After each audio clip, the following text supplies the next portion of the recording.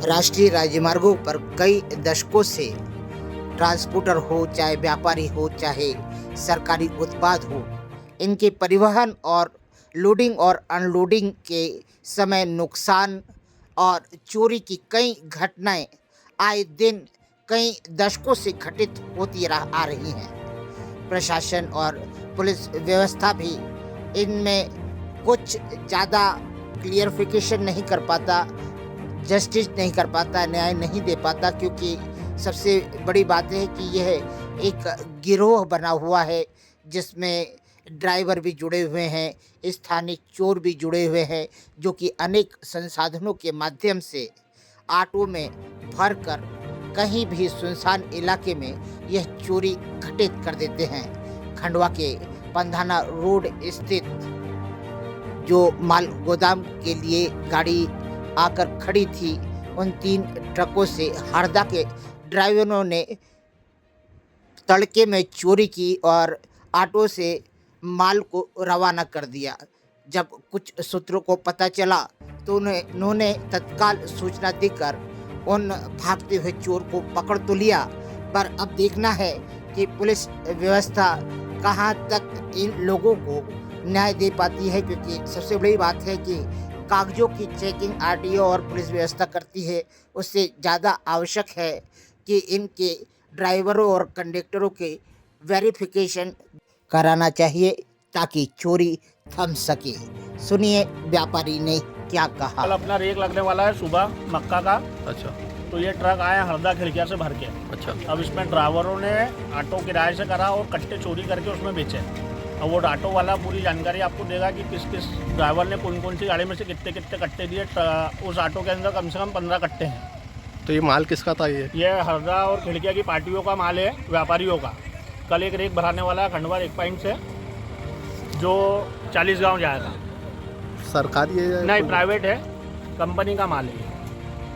ये माल किसका है, यहाँ का है या किसका है? ये व्यापारियों ने माल बेचा है श्यामजी ट्रेडर्स दिल्ली को। और उनकी रेक भराएगी यहाँ से 40 गांव की। और ड्राइवरों ने मिलके ऑटो वाले के साथ में कट्टे बेच दिए। फिर आपने क्या किया आज? हाँ, आप लोगों ने आज क्या किया? फिर इसको पकड़े आज? ये अभी रंगे हाथों पकड़ा गया हो। हमारे आदमी थे 2-3 जो घूमते रहते रात के समय, उनने हमें जानकारी दी और हमने उसे रंगे हाथों पकड़ा। अब ऑटो वाले का कहना ये पड़ रहा है कि ड्राइवरों ने उसे किराए से बुलवाया। कितने कट्टे उतारा करीब ने? कम से कम 10 कट्टे होंगे ऑटो में। 10 कट्टे हैं, 10 से 15 कट्टे के करीब।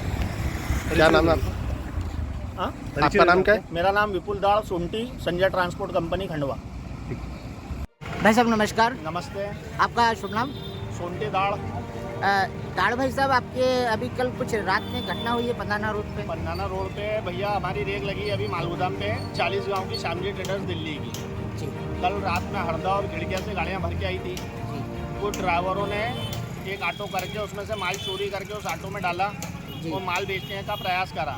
हमारे कुछ स्टाफ के लोग वहाँ मौजूद थे जो रात में चौकीदारी करते हैं, गाड़ियों की देखरेख करते हैं। अच्छा। उनने तुरंत तत्काल दुकान पे जानकारी दी हाँ। और मैं तुरंत वहाँ पहुँचा।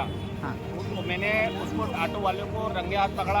हाँ। ऑटो वाले का कहना ये पड़ रहा है कि भैया ये तो मेरे को किराए से करके लेके आए हैं सवारी के हिसाब से। हाँ। इनने मेरी गाड़ी में माल डाला और मेरे को बोला है कि माल हमारा है। हाँ। जबकि माल पार्टी का था, व्यापारी ने वहाँ से भर के भेजी रेक के लिए।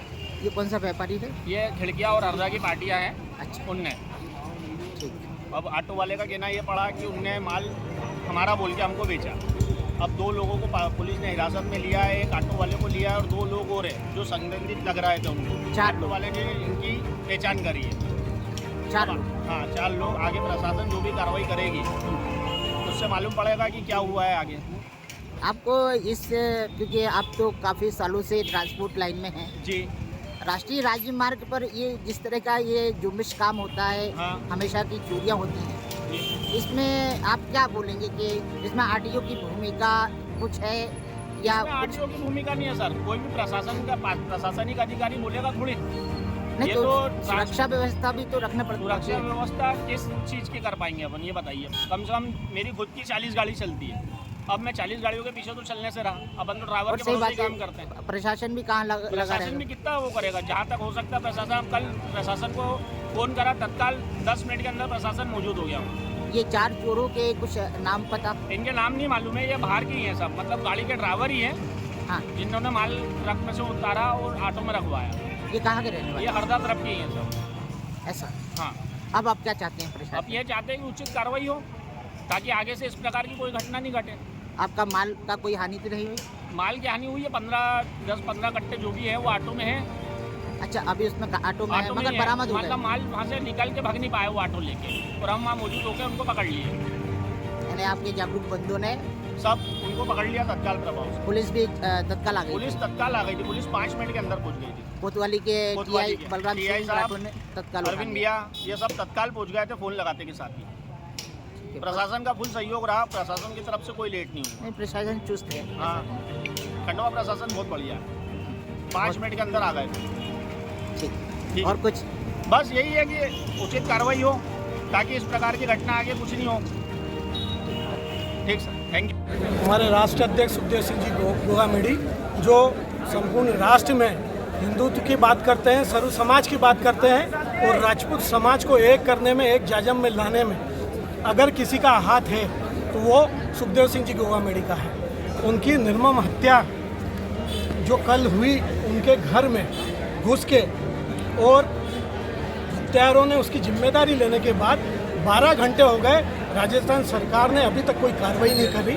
उसके खिलाफ हम आज कलेक्ट्रेट में आए हैं अपनी बात रखने। गृह मंत्री भारत सरकार को हमने ज्ञापन दिया है, महामहिम राज्यपाल को हमने ज्ञापन दिया है कि अभी यह चेतावनी है, आगे आप इस चेतावनी को अगर संज्ञान में लेते हुए कार्रवाई करते हैं, गृह मंत्रालय भारत सरकार और मध्य प्रदेश सरकार, आगे जो मध्य प्रदेश और समूचे भारत में जो आंदोलन होंगे उसकी जिम्मेदारी शासन प्रशासन की रहेगी। ये चेतावनी देने आए हैं। कई महीने पहले पंजाब, देखिए, सुखदेव सिंह जी गोगामेडी एक ऐसा चेहरा था राजस्थान की राजनीति में, जिन्होंने जो बोला वो करके दिखाया।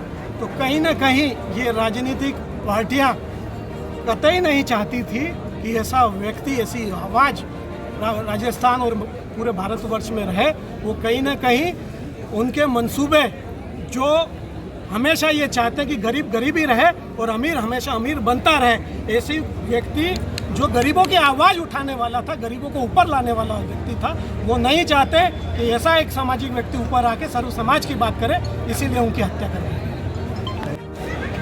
देखिए, सनातन के लिए जो हमारे सुखदेव सिंह जी लगे थे, तो इसका मतलब ये है कि यह व्यक्ति की नहीं, यह उसके विचारों की हत्या है।